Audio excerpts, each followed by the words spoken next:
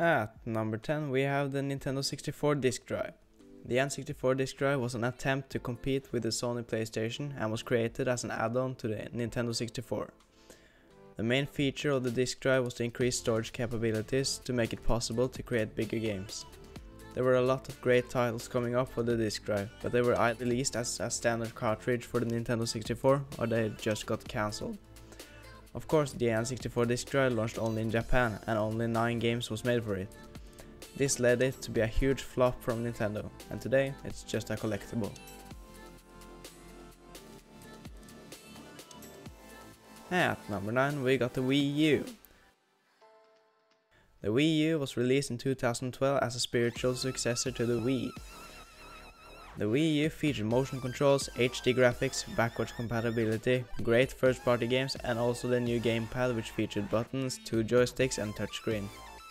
The Wii U was supposed to bring the huge success of the Wii into the 8th generation of consoles.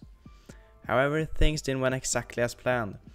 When Nintendo announced the Wii U, they didn't manage to make people understand that it wasn't just a new Wii, but a brand new console.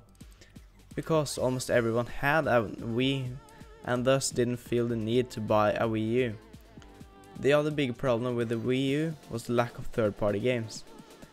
The system wasn't powerful enough to run the big AAA games, so people would rather buy another console to get those experiences.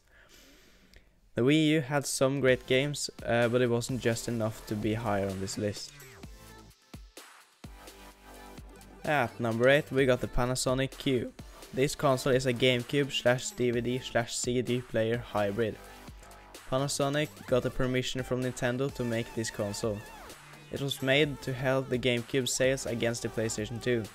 Because the PlayStation had the extra feature of playing DVDs, which was a feature the Gamecube lacked because of its mini DVDs, Panasonic decided to make a version of the Gamecube that was able to play DVDs and CDs as well. The look of the console is great, the DVD player runs actually a little bit better than the PS2, and the audio capabilities of the system is fantastic.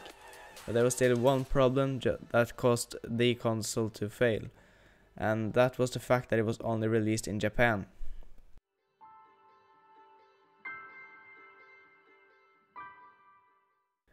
At number 7 we got the NES Classic Edition. This console is here to take you back to the 80s and remind you of the console that started the concept of gaming that we know and love today.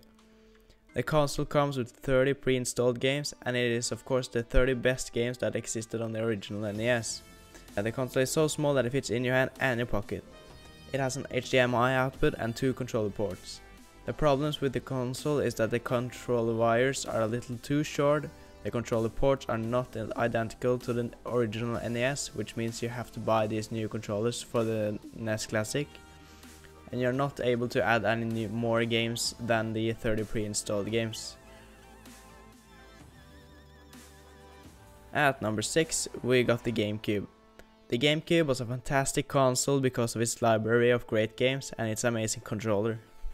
The Gamecube was designed with a handle so that it would be easy to bring it wherever you want, and it was the first Nintendo console to not use cartridges.